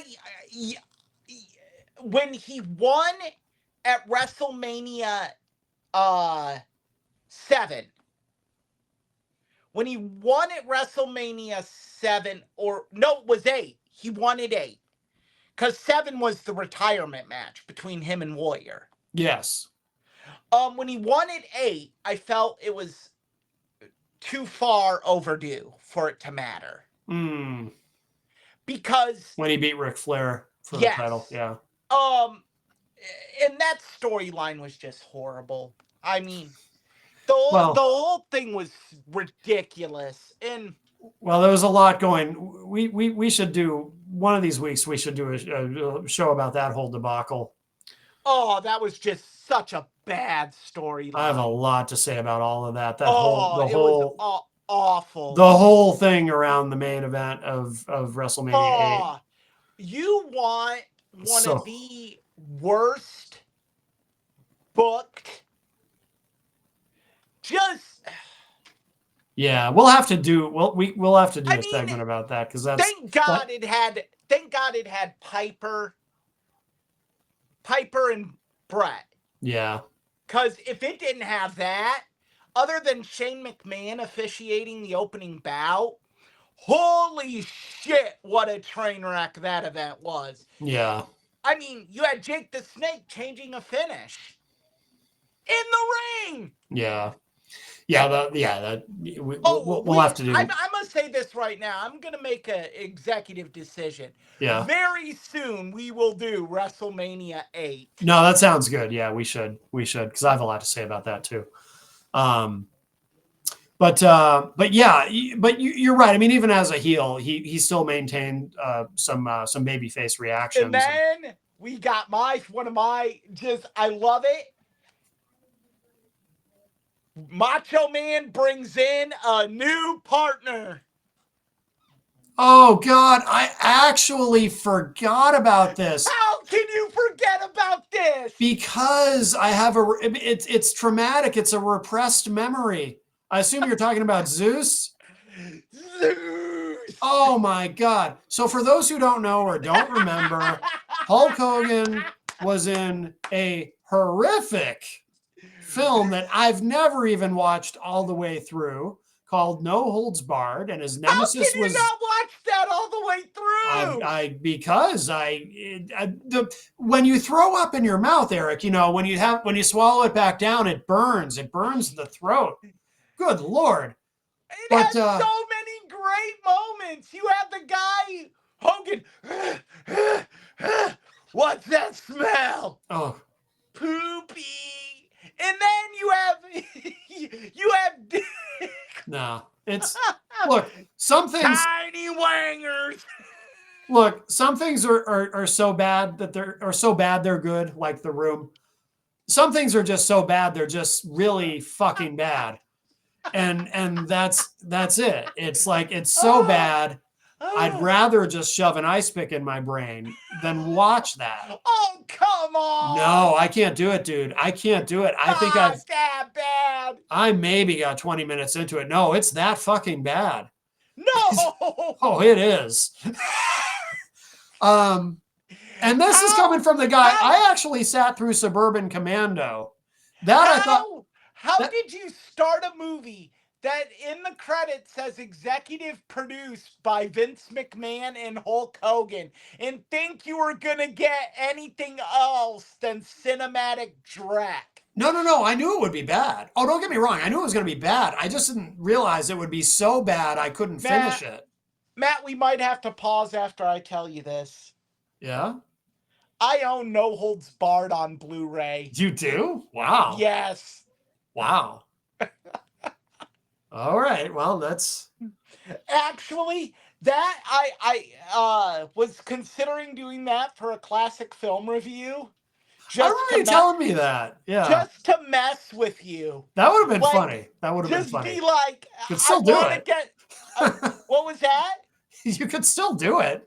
like just to get a reaction out of people. Like, what the is this? Oh, that would have been great. That's a great idea. You could still do it. It's bad. I've tried. Yeah. I can't keep it up. It's not good. No. Yeah. But anyway, so Hogan's nemesis is this very tall man, this tall black man played by Tiny Lister, who passed away a few years ago, I believe, right? Yep. For those who may not know who he is based on his name, Debo from Friday. Okay. Yeah. Yeah. Yeah. He was in some other things that some notable things. Bo. That's all. Yeah. Is that it? He was in other stuff, right? But that's what he's most known for. That's what he's most known for. Gotcha. But yeah, so he played Zeus in No Holds Barred, and then Macho Man Randy Savage introduces him after the film has already flopped. It's already out of theaters. It's already on VHS and everything. But then they decided to bring him in for this storyline, and they bring in Zeus as Macho Man's partner, not as Tiny Lister, but as Zeus. The storyline was just the storyline surrounding this was just total shit. Yeah. Let's be honest.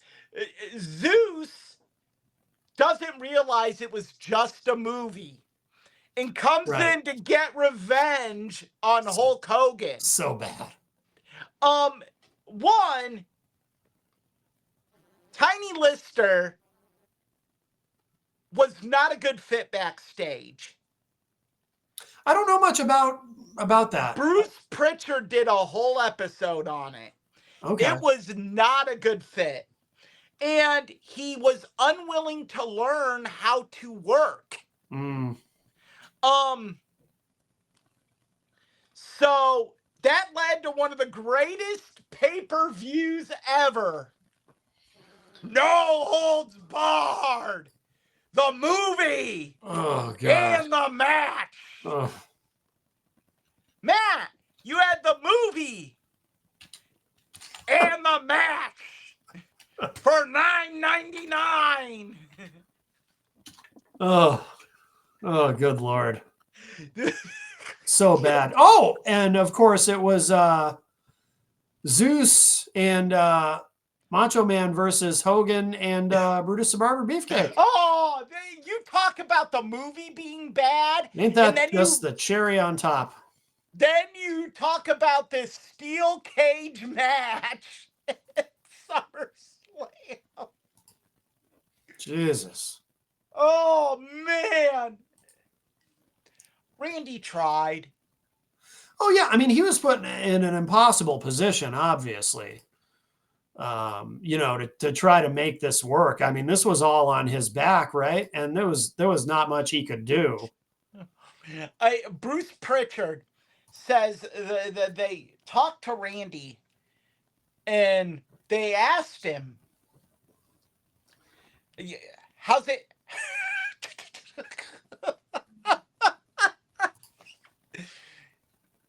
How's it gonna go? Well, you'll get a match, brother. Yeah. That's all he would say. And they're like, well, Randy, we need to recoup some of the money from this movie. And Randy sits there and rubs his beard and goes, you're not going to do it with this.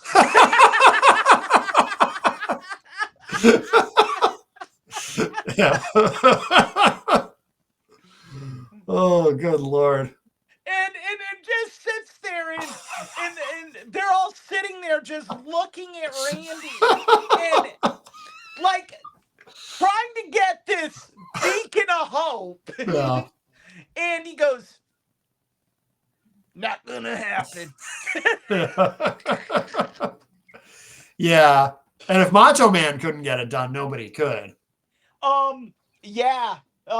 Bruce at that moment said he realized that No Holds Barred could have bankrupted the WWF. Yeah. He just in Randy, and then Randy looks at him and goes, have a good day. And he gets up and leaves. Yeah. Well, what else could he say, I mean, both the matches are just awful. I don't even think you can see the first match. The No Holds Barred movie and then the match. Yeah, I didn't even get far enough in. So I've never seen the match that takes place in the film because I can't watch the film. I think I need to explain what this pay-per-view was. Yeah.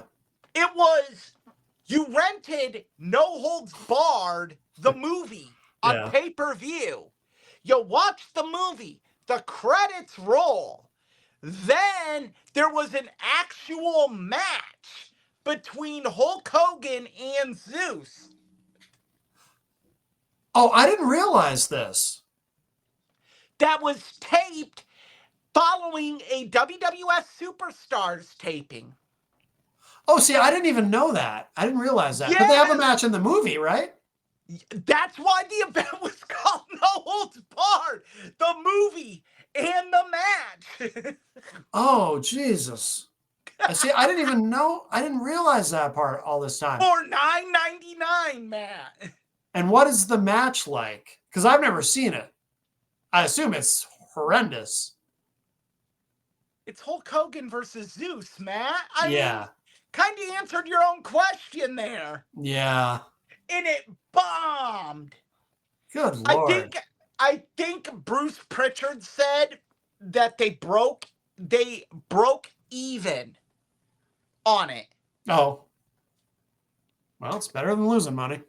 If you lose money on a pay-per-view, get out of the business. Right. Breaking even is about the worst thing that can happen. Good Lord. Well, And see, that I didn't see, when you said earlier when you said the movie and the match, I thought you meant the movie No Holds Barred, and then and then the match is the big tag match. I didn't realize you literally meant the movie and the match. Wow. Yeah, there oh my God. All these years, I had no idea. Yeah, I'm pretty sure that you can't find the match anywhere authorized by WWE. Okay, I'm sure they wanted to bury it. Yeah, I think I may have seen grainy footage of it. Yeah. Tape traders, maybe YouTube, Mandela effect going on here. I believe I've seen it, and it's about 7 minutes. Now, I can't remember. Did they do anything more with Zeus after the tag match at SummerSlam? I think he was a part of the Survivor Series team. Okay, because I was going to say, I thought he stuck around for one more thing before he was completely done. Survivor Series, and then it was done. Then they went with, I think the course of action then was, now we're kind of gearing up for Hogan and... We're gearing up for a Hogan and Warrior at WrestleMania 6, because Savage had his feud with the American Dream, Dusty Rhodes. Yeah. Oh, goodness. Which led to one of my favorite Randy Savage stories of all time. Once again, from Bruce Pritchard. They were doing a house show circuit, if you'll indulge me, Matt. Yes. Where it was a match between Macho Man Randy Savage, versus Dusty Rhodes in, I think it was a mixed tag, and Brother Love would get involved. Yeah. So they do these matches. And they all go back, and they're in Montreal. And Bruce goes up to Pat Patterson and goes, "Hey, Pat. Oh. What'd you think? Ride with me to the next town. You and Randy." Rides with him. Bruce is like, "Randy, what are you doing? You're former world champion. You're taking bumps and bumps and bumps. What are you doing? Bruce, you're getting in too much offense on a former world champion, Dusty Rhodes. Oh, it's awful." He totally shits on it. Yeah. So he tells him he wants him to do something new. The problem is Dusty Rhodes called the match. Mm-hmm. So Randy tells Bruce, "Okay, yeah, we'll go talk to Dusty, and we'll talk to Virgil, and we'll get it worked out." So they get to the arena, and Bruce goes up to Dusty and goes, hey, Dust, can we go talk in the shower? Which, wrestling terms, all business is done in the shower. Mm-hmm. If wrestlers talk in the shower, they're fully clothed, but for some reason, one of the most notorious events in pro wrestling history happened in a shower. Well, I assume the murder of Bruiser Brody. Yup. Yeah. Well, So I assume that's because back in the days of when kayfabe kayfabe was still more protected. can't hear. Yeah, no one's gonna there's no chance of a fan wandering into the shower and overhearing So they something. Yeah. break it down to Dusty. Now, they get into the shower, and Randy goes, "Well, Bruce, go ahead and tell him."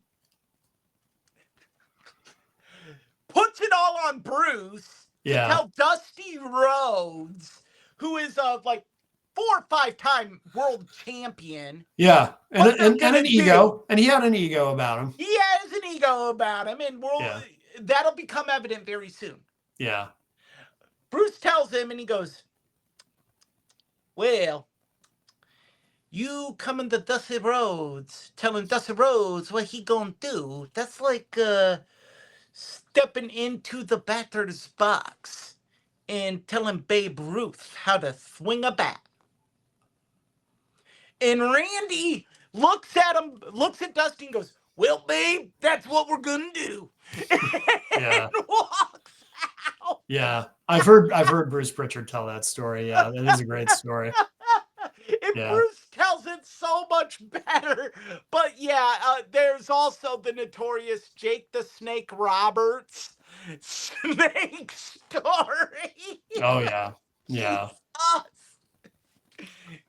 Well, we should we're approaching 2 hours. I think what we should maybe do is because we're go ahead. Where I was going with that is, after that, unfortunately, their paths went in different directions. Yeah.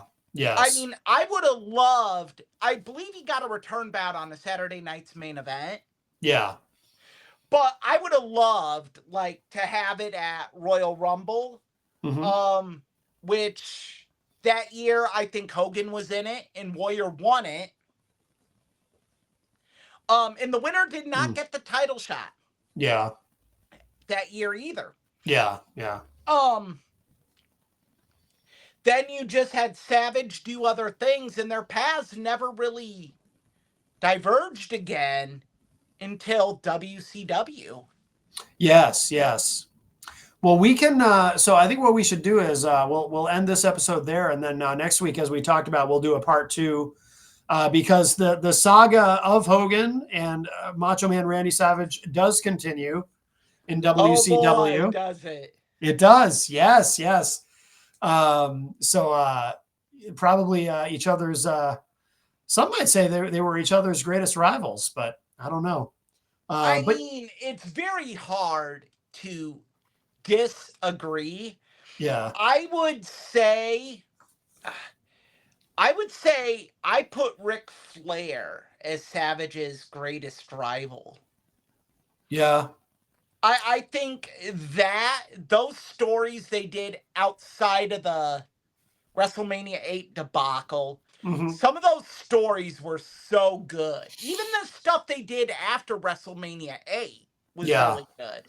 But I don't think Hulkamania stays around as long as it did past WrestleMania 3 without Macho Man Randy Savage. I agree. I absolutely he absolutely brought out the best in Hogan, and I think they brought out the best in each other. As much as I hate to give Hogan credit, no, I won't, because it's hard to bring out the best in Randy Savage when he gave you the best every night. But you can't I personally think it's hard because anyone Hogan's had a rivalry with, I would say they've had better matches. Oh, yeah. Savage had better matches with Steamboat. Savage had better matches with Flair. He had better matches with Jake Roberts. That whole feud him and Roberts had. Yeah. As Oh short yeah. as it That was you excellent. Yeah. know, Yeah. you can say the same. Well, you can't say the same about Warrior because, Well, that's a yeah, whole other yeah. But subject. even Slaughter, Sid had better matches. Mm-hmm. Like Hulk Hogan is not a device to grade a guy on his ability. Oh, I agree. I agree there. And I guess I was thinking more about character and promo work. I think Hogan brought I, out an extra level of intensity of because I Macho think Man. when you're in that rivalry with Randy, you have to bring it up to that level. Mm-hmm. You can't just sit here and deadpan it. I mean, Jake the Snake Roberts could, because good God Almighty, was he easily the greatest heel in professional wrestling Mm. history. Oh, I I love don't Jake. think Yeah. there was a better heel than Jake the Snake Roberts. Yeah. And if anyone wants to debate me, I'll send you videos. Oh There's a yeah. Oh, vid. fantastic heel. Yeah. And I liked him There as a babyface too. not so much. Not as much, but I thought he was an effective babyface too. I mean, not all. I mean, not many guys could shit on a wedding and have you be like, "That's awesome." Yeah, that's true. That's true. So yeah. And he got the Undertaker insanely over. Yeah. But yeah, I think Randy brings anyone up to that level. Mm-hmm. If you wanted to get a guy from that tweener mid card main event to you're in that spot, you put him with Randy Savage because you're either going to sink or swim. Mm-hmm. And if Yeah. you sink, you're not going to last long. Yeah. No, agreed. Agreed.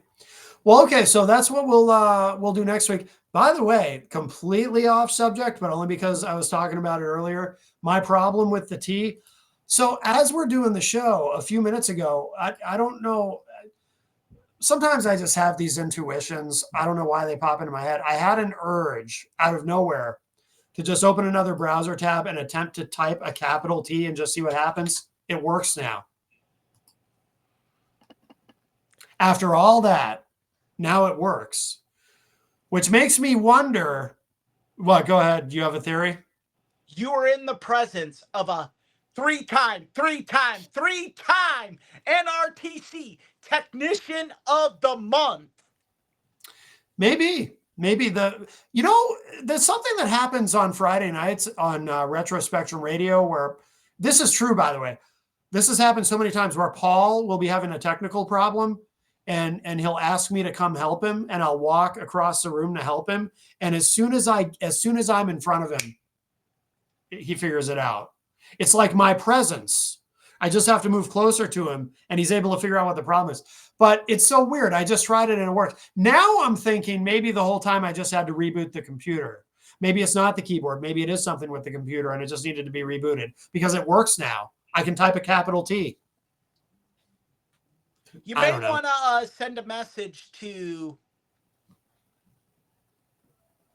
the eBay person. No, I'm not going to. You know why? Because they shouldn't have been a smart ass to me. No, because then you get a spare keyboard and you can have Gonzo paint it with Mecha Godzilla on it and you have a Mecha Godzilla keyboard. Well, that's why I'm not going to contact the seller. Because if they're going to send me a second keyboard and not expect this one back, then I have that extra keyboard. Unless they watch our show, then the jig is up. Ugh, I didn't think of that.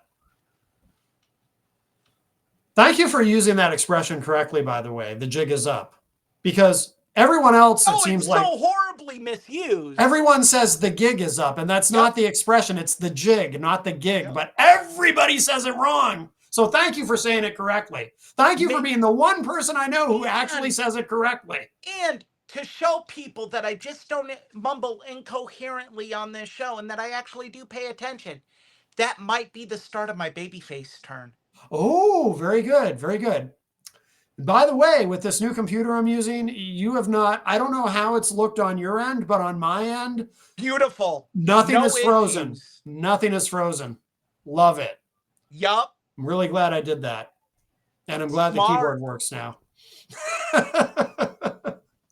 All right, so I guess that concludes episode 7 of Tough Bumps. Eric Pilcher, thank you so much. Only took us 7 episodes to get a working keyboard. That's right. We're on the right track. All right, we'll talk at you next week. Bye, everybody. Bye.